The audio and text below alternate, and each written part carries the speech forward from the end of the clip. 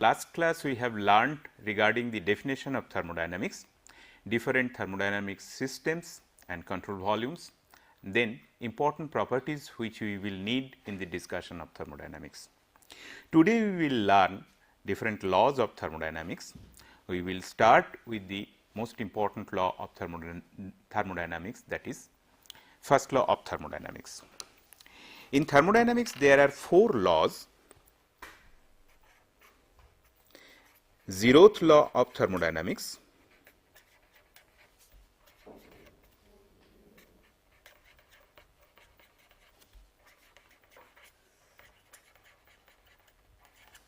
then first law of thermodynamics,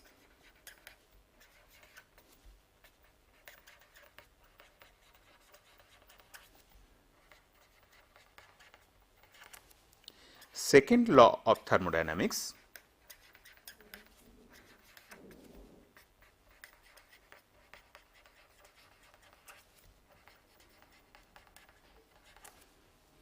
and third law of thermodynamics.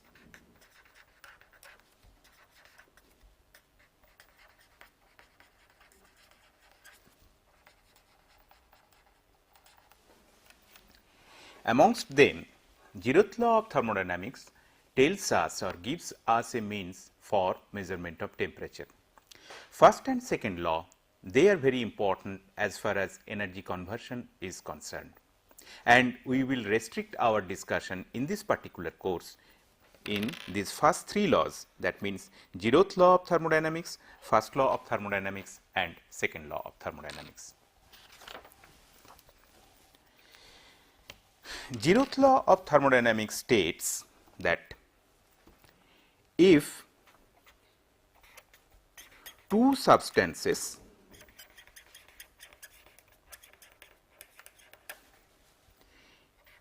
A and B are separately in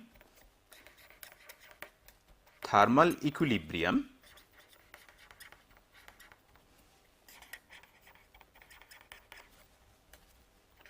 with a third substance C, then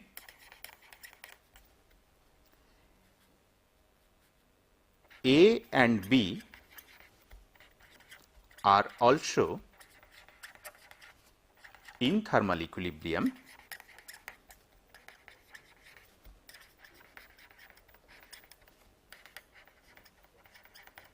with each other.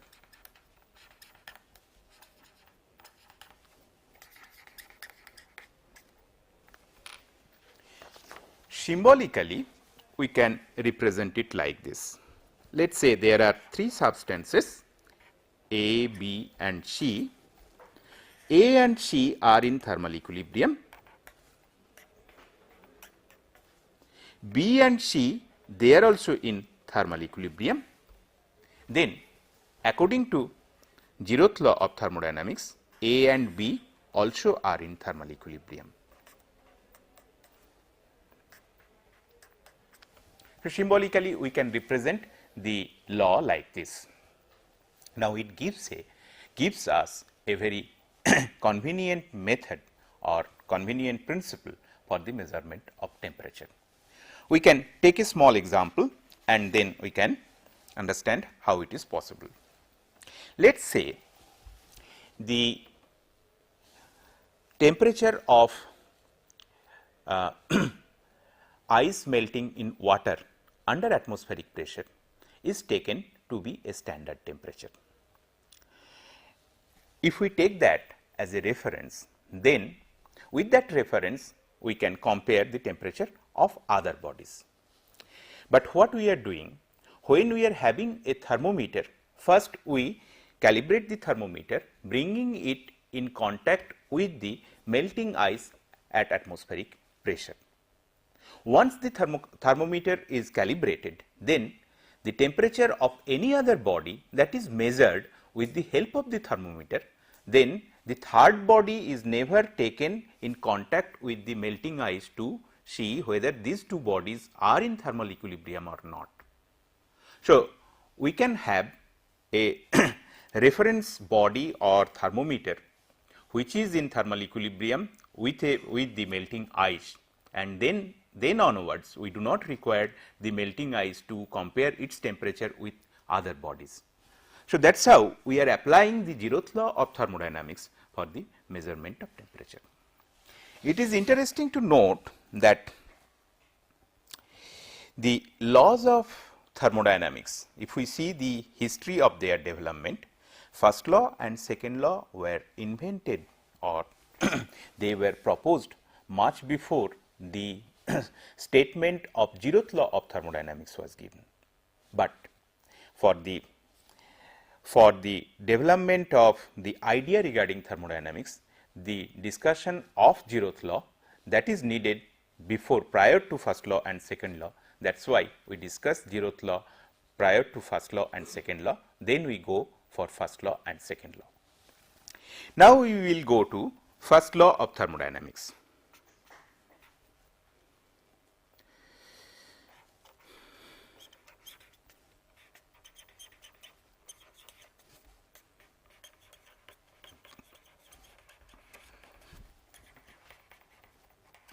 As it is known to us, first law of thermodynamics basically states the conservation of energy. But the way we have read the principle of conservation of energy in our physics books, it is stated slightly in a different manner in engineering thermodynamics. Classically, the statement of first law of thermodynamics is like this: if a system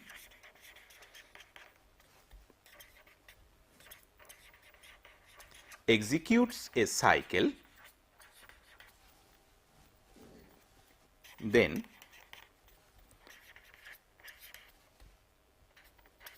cyclic integral of heat transfer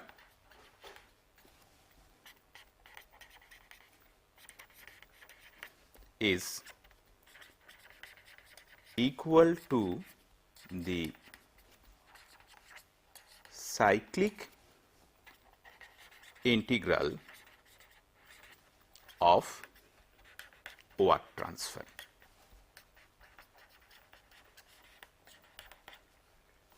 So, this is the statement of first law of thermodynamics.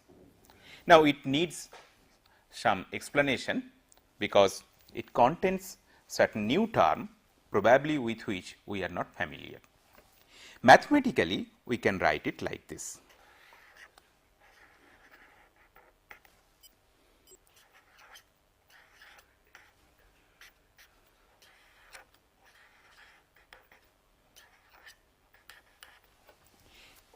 I like to draw your attention to two aspects in this mathematical expression. First, I have put cyclic integral, which means integration over the entire cycle, because we are considering a process in which the system undergoes a cycle. Probably some explanation of cycle is needed here. A cycle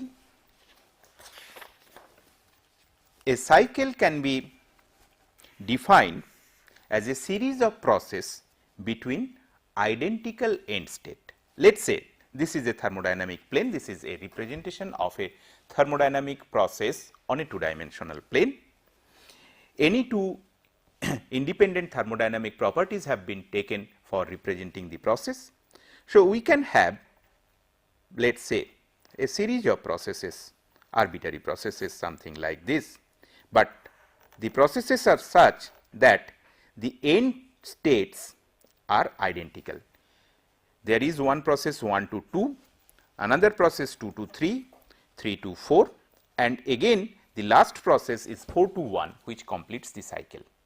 So, the initial point or initial state for the cycle is 1 and the final state of the cycle is also 1. So, such a process we will call as cycle. And for this cycle, if we consider the heat transfer in all the processes and sum them up, then we will get the cyclic integral of heat transfer during the processes. So, that is what has been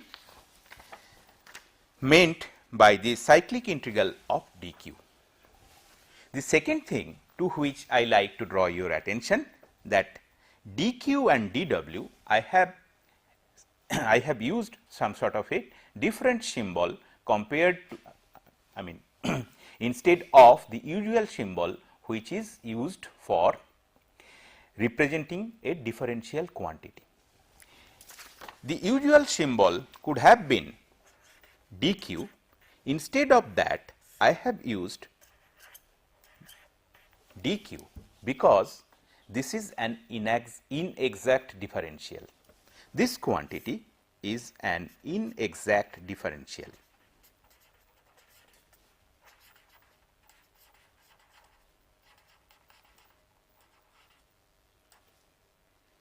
Physically, it means that the heat transfer or the amount of heat transfer, it does not depend on the end states only, but it also depends on the path which is taken by the process.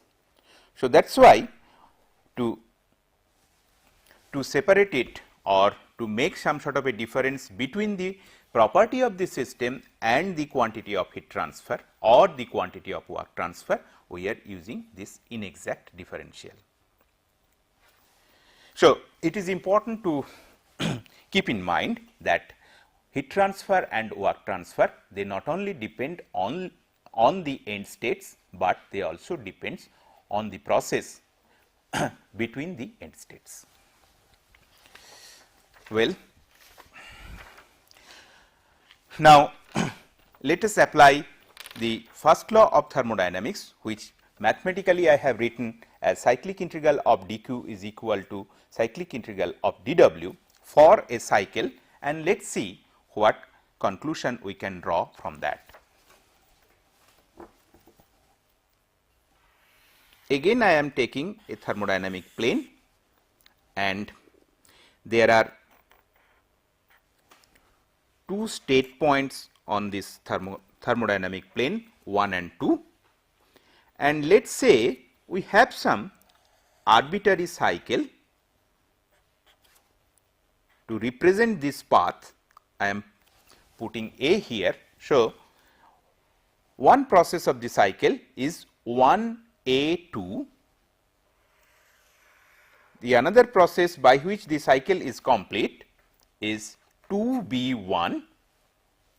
One can have another arbitrary path like 2C1. So, basically in this diagram we have got two cycles.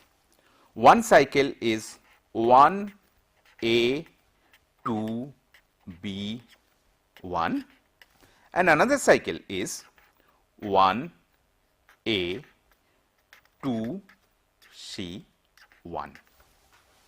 And let us apply first law of thermodynamics for these two cycles.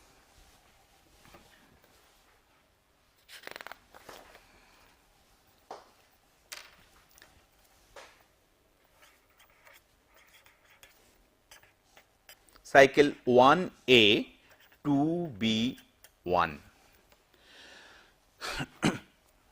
So, for this cycle we will get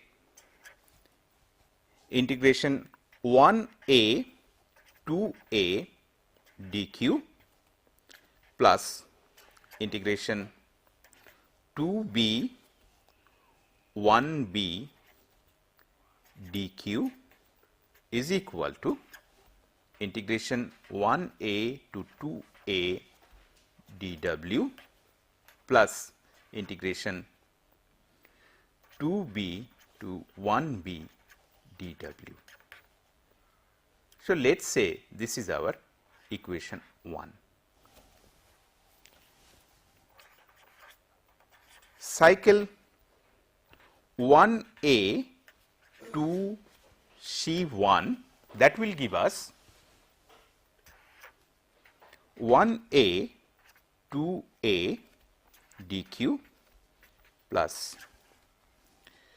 2c 1c dq is equal to 1a 2a dw plus 2c 1c dw.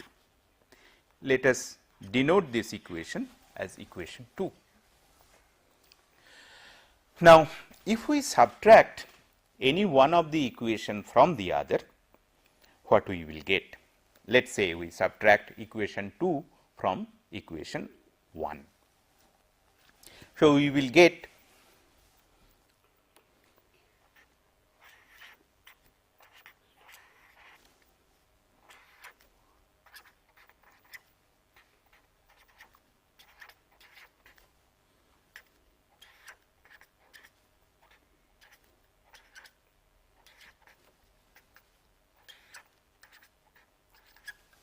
2b to 1b dw minus 2c to 1c dw. So, let us say this is our equation number 3. Then we can do little bit simplification like this.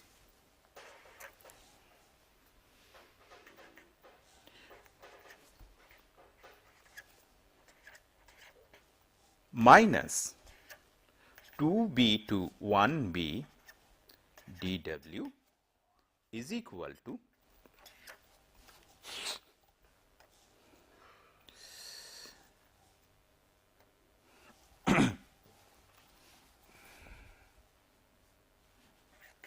2c to 1c dq minus 2c to 1c dw. What we can see that in these two quantities, the limit of integration they are the same. So, we can take them under one integral sign like this 2b to 1b dq minus dw is equal to 2c to 1c dq minus dw. So, what is the implication of our final expression? Here we can see the quantity is dq minus dw. We have taken integration from 2 to 1 taking a path b. Here also we can see the quantity is dq minus dw. We have integrated this quantity from point 2 to point 1 or from state 2 to state 1 taking another path, that is path c. But these two quantities are identical. That means they are independent of the path. Though at the beginning I have told that heat transfer or the quantity q, work transfer or w, they are path dependent. What we can find that dq minus dw, this quantity is independent of path. But what is this quantity? Q, heat transfer, that is one energy, W, that is work transfer, that is also another form of energy, energy in transit, both are energy in transit. So, definitely their difference, that will be also some kind of energy. So, let us denote it by E, capital E. And if we denote it by capital E, we can write for any process dq minus dw, that is some kind of energy, that is dE. And now I am using the symbol of exact differential because it is dependent only on endpoints or states.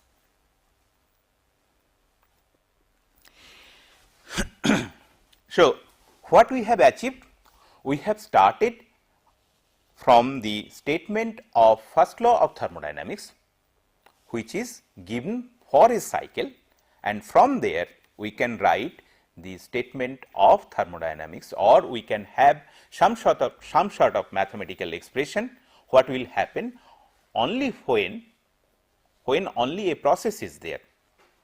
Now we are getting the statement of thermodynamics or mathematical expression of thermodynamics for a process. We have started from a cycle, now we are getting the mathematical expression for a process. So, this is for process.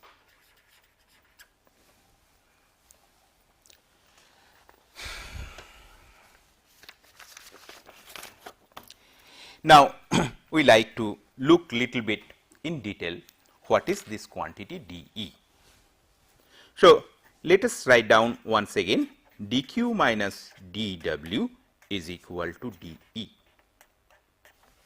Obviously, these are differential quantities.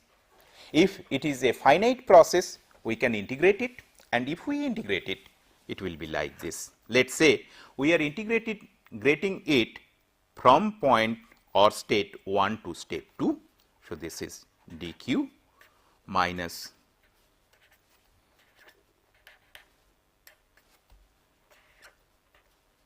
dE, and if we remove the integration sign or if we do the integration, we will have Q1 to 2 minus W1 to 2, that is equal to E2 minus E1. This is again important to note that I have written the heat transfer and work transfer in such a manner, so that it indicates that it depends on the path or the process 1, 2. Whereas, the change in energy, that has been written in such a manner that it depends only on end states 1 and 2. So, this of course, we will remember while we will study further the other topics of thermodynamics. Now, this dE, where E is energy in stored form.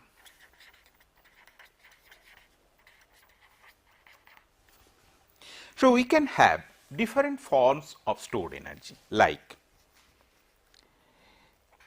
E can be kinetic energy plus potential energy plus, let us say, in some application electrical energy is important, let us say magnetic energy is important, let us say due to surface tension there is some amount of energy, let us say surface energy, plus there can be many other form which can remain in stored form inside the system. So, what other forms are important, or which is the most important form for our discussion? Let us try to understand it with the help of a simple example. Let us say this example or this type of application we will consider very frequently in future. Let us say we have taken a compressible fluid as the substance inside a piston cylinder arrangement. Let us say the movement of the piston is restricted with the help of a stopper like this, and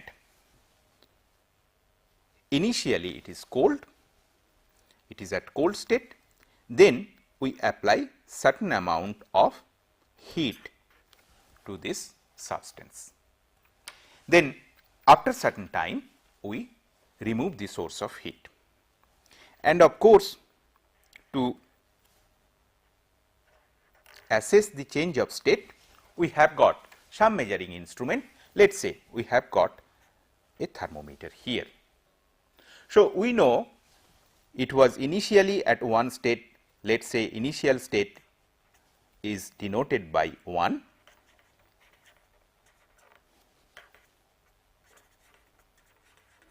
which is given by the temperature T1, and after heating we are getting the final state, which is given by the temperature T2. So, the system has undergone a process and we can apply first law of thermodynamics. We can write down the mathematical expression for first law of thermodynamics which we have derived for a process. So, what it will be? Q1 to 2 minus W1 to 2, that is equal to E2 minus E1. This we can write. Let us say somehow we know that what amount of heat has been supplied to this system. It is not very difficult. Let us say we have got electrical heating and we know how much electrical energy has been supplied during the process. So, this is a known quantity. This is a known quantity. What about our work transfer? As the movement of the piston is restricted, so there is no work done by the system during the process.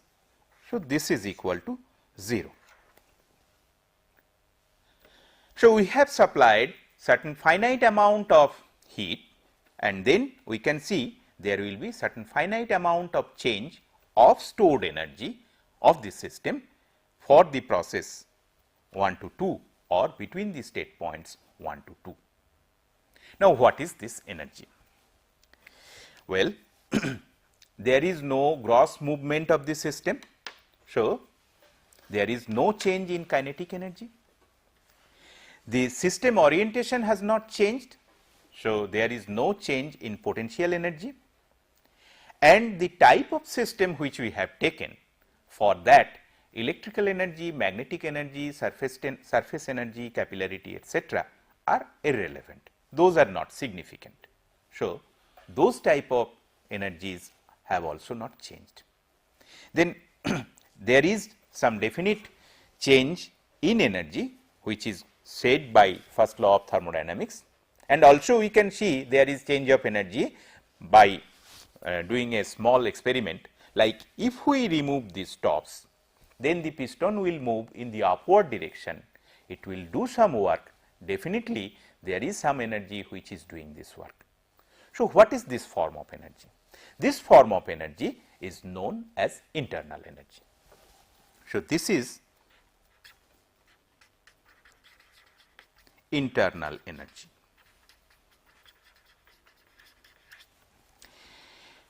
Now, if we look bit deeply, when heat is transferred to the substance, then definitely at molecular level there are some changes. The molecular motion, that there is a change in the molecular motion, and that is why at the molecular level some amount of energy is stored, and the manifestation of it at the macroscopic level is our internal energy, and we call it internal energy. This is very important because the most of the thermodynamic systems which we will study, there we will see that internal energy is very important component of stored energy. So, basically one can now write, well, dq minus dw is equal to dke kinetic energy plus, sorry, one should use the other symbol like dke plus dpe plus d internal energy plus the other terms, and this internal energy is very important for the type of systems which we are going to consider. And in number of cases we will see that probably kinetic energy and potential energy one can neglect, but obviously internal energy we have to take into consideration for compressible fluid or incompressible fluid, which we will take into consideration while we will analyze an engineering system like turbine, compressor, boiler, etc. Now, let us go for a slight extension of first law of thermodynamics. Let us say we are now focusing our attention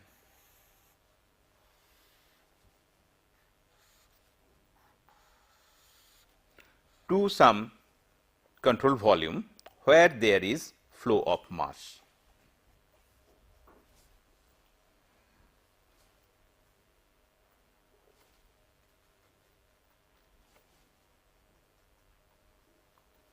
So, this is a arbitrary control volume. This is the inlet where mass enters and this is the outlet from which mass leaves the control volume. We have got some datum plane, we have selected this datum plane where z is equal to 0. So, compared to this datum plane, the inlet has got a height z I and the exit has got a height z e, and here the average fluid velocity is V I, average fluid velocity is V E, pressure here is P I, at the exit it is P E, and of course, we can define the temperature T I, density rho I, corresponding quantities are T E, rho E, etc. Now, this control volume also interacts with the surrounding in terms of heat transfer and work transfer. Let us say there is work transfer and let us say there is also some amount of heat transfer.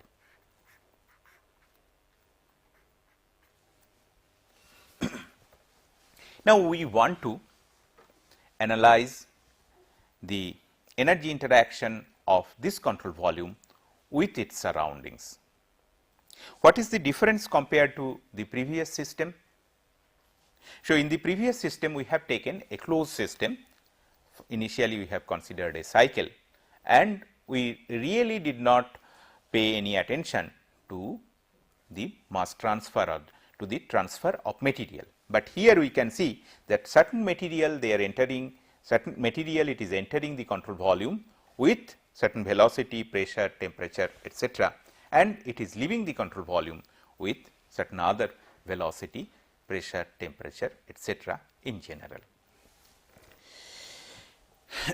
So, we can see that a process that is taking place and with time there is some sort of a change. Now, again we can take care of our first law of thermodynamics for a process. The way we have written it like this: dq minus dw is equal to dE.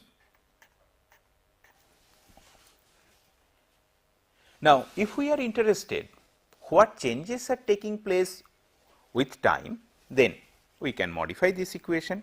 So, dq by dt minus dw dt is equal to dE dt, or q dot minus w dot is equal to E dot. This is a rate equation. So, here we have considered rate of heat transfer, time rate of heat transfer, time rate of work transfer and time rate of energy change inside the control volume or system. So, this basic equation we will also use in the example which we have just now drawn. Now, in this particular control volume, if we want to apply the equation, the rate equation of first law, then what we have to do? We have to identify one thing, that what are the different forms of energy which are entering the control volume and what are the different forms of energy which are leaving the control volume. That we have to consider. Now, the control volume which we have taken, this example could be very generalized, but for the present course we will restrict our discussion to a slightly simpler system, and we specify the system or process like this. We will analyze for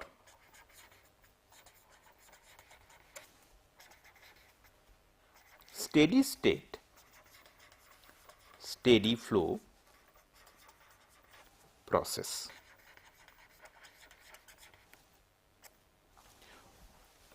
Let me explain a little bit what is a steady state, steady flow process. First, let us take what is a steady flow process. Steady flow process means whatever mass is entering the control volume, the same amount of mass is going out of the control volume. That means we can write m dot I is equal to m dot E. So, there is no accumulation of mass inside the control volume, and we will find there are large number of application in engineering where the incoming flow rate of incoming mass is equal to the flow rate of outgoing mass. Like in general application, when a compressor operates, when a turbine operates, see the amount of air which enters the compressor, the same amount of air goes out of the compressor. The amount of steam which enters the turbine, the same amount of steam goes out of the turbine. So, we will see that steady state, steady flow process, it encompasses a large number of engineering application. But one has to remember that there are applications where steady state, steady flow process is not applicable, or steady flow process is not applicable. Like, suppose we have got a pressurized gas cylinder. If we open the valve, then certain amount of gas will come out of the cylinder, and if the cylinder is taken to be a control volume, obviously the process is not a steady flow process. All right. So, we will preclude those type of example from our analysis. So, steady flow process, we have understood that the amount of mass which is coming in, that is going out of the control volume. Then steady state, at any point of the control volume, the property remains constant during the process. From point to point there is variation of property, but at a particular point the property remains constant. Again, let me take this example which I have drawn. See, at the inlet and outlet if we consider, then the properties are different, but this property at the inlet does not change with time. These properties at the outlet, they do not change with time. So, we can take the example of the steady operation of a turbine. So, obviously, when steam is entering the turbine, it is having a high pressure and temperature. When it is going out at the exit, it is having low pressure and temperature, but with time we are supplying the turbine with same quality and same temperature of steam, and if it is operating steadily, so the steam with same properties, it is coming out of the turbine throughout the process. So, this is the meaning of steady state process. Steady state process also means that there is no accumulation of energy within the system. All right. So, now if we consider our first law of thermodynamics, So, what do we get? So, first law of thermodynamics, for a process we have written it like this as a rate equation.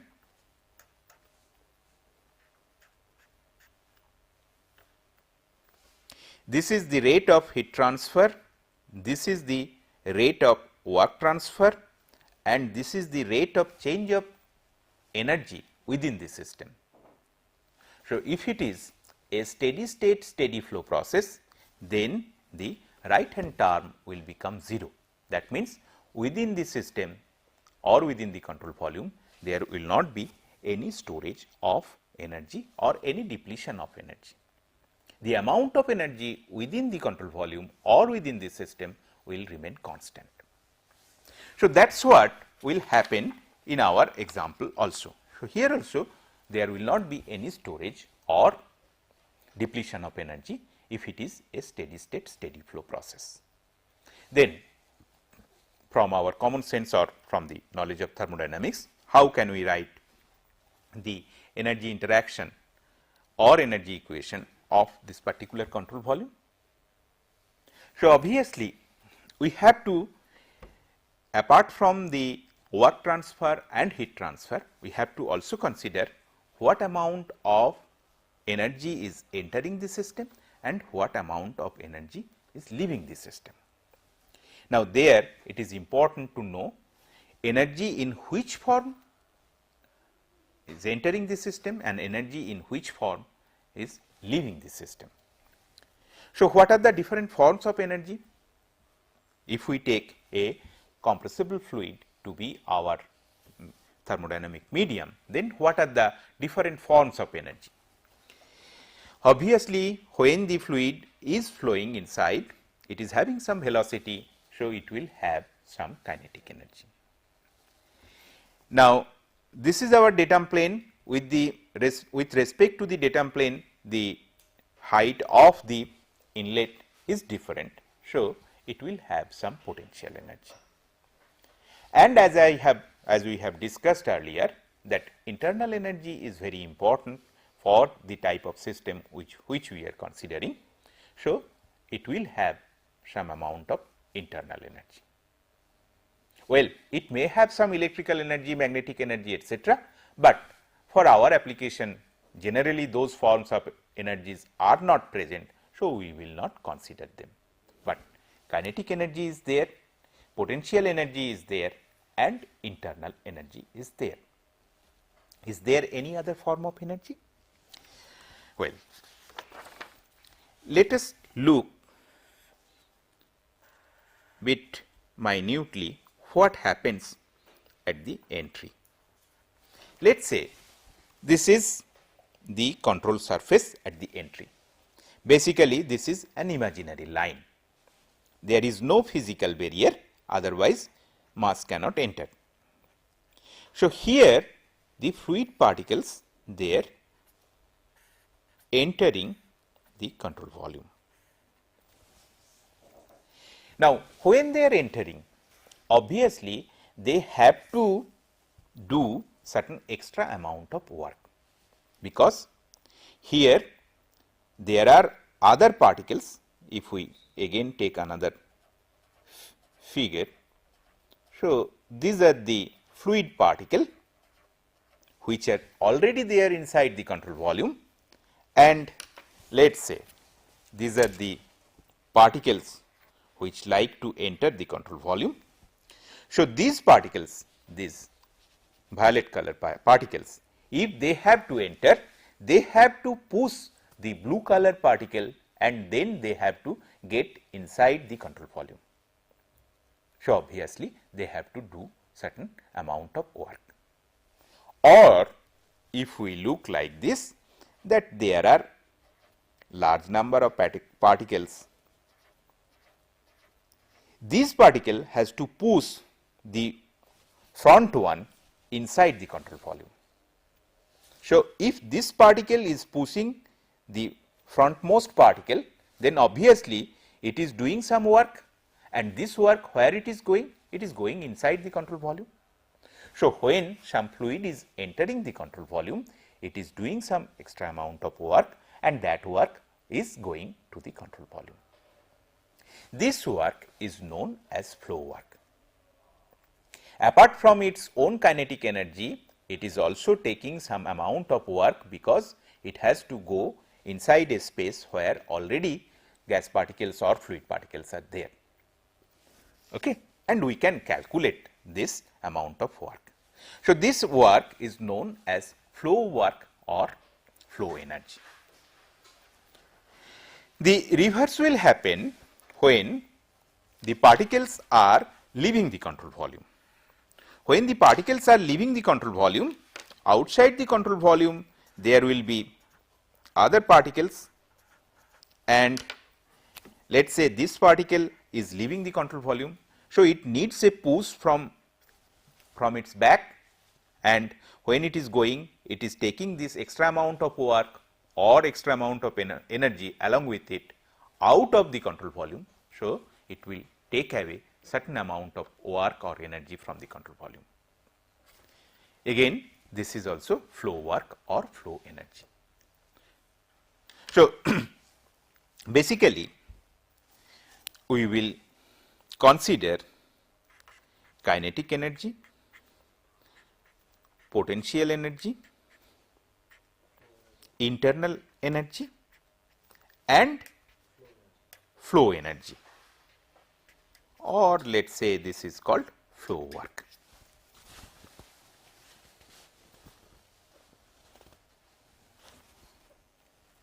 Now, let us estimate what is our flow work or flow energy.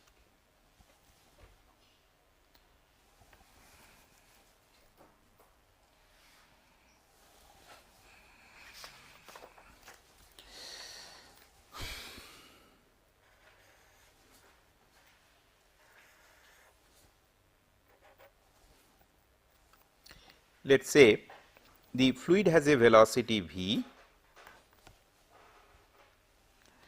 and here at this control surface the pressure is P.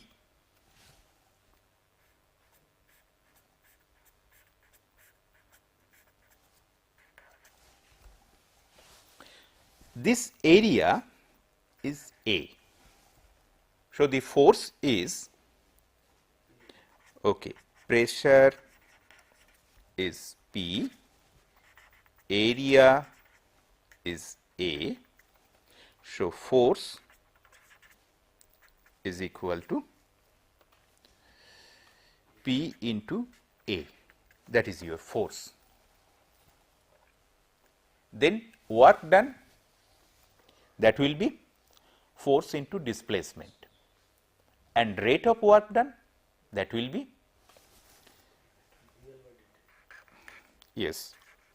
work done, that is force into displacement and rate of work done, that will be force into displacement by time. Now, displacement by time, that we can for this we can replace velocity. So, this will be force into velocity or P into A into velocity. So, if we do that, so we can write rate of work done, that is P into area into velocity. All right. Now, A into velocity, what is that? That is volume flow rate. That is volume flow rate. So, we can write A into V, that is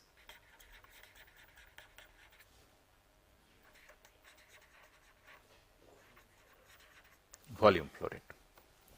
How can we get mass flow rate? if we multiply volume flow rate by density. So, we can get P into A into V into rho, this is your mass flow rate, and this divided by rho. So, this we can write as rate of work done. So, this is rate of work done, that is equal to your P into A into V to rho divided by rho. Divided by rho, because rho I have taken Extra, at, so yeah, both in the numerator and denominator. Right. So, we can write P into m dot by rho. So, rate of work done per unit mass, that will be P divided by rho. P divided by rho, that will be our rate of work done per unit mass. All right. So, we will have rate of work done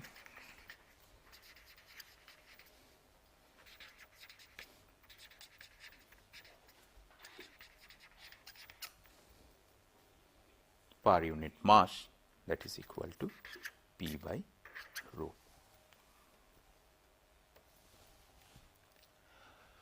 Rho is the density.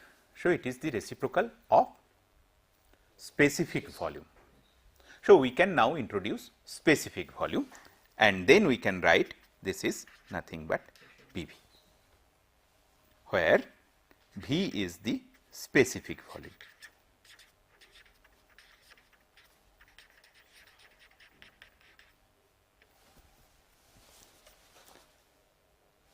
So, now we have got the expression of flow work per unit of mass. So, that is nothing but P multiplied by small v, which is this specific volume. All right. So, we will stop here, and next day we will try to get the expression for first law for a control volume or for an open system.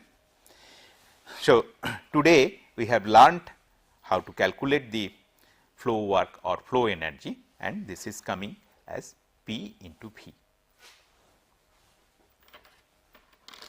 So, I think today's discussion, if we want to summarize, it is like this.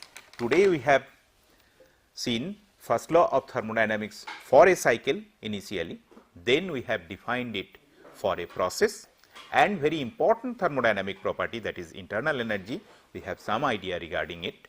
With this background, in our next class we will move to deriving the first law of thermodynamics for an open system or control volume. Thank you.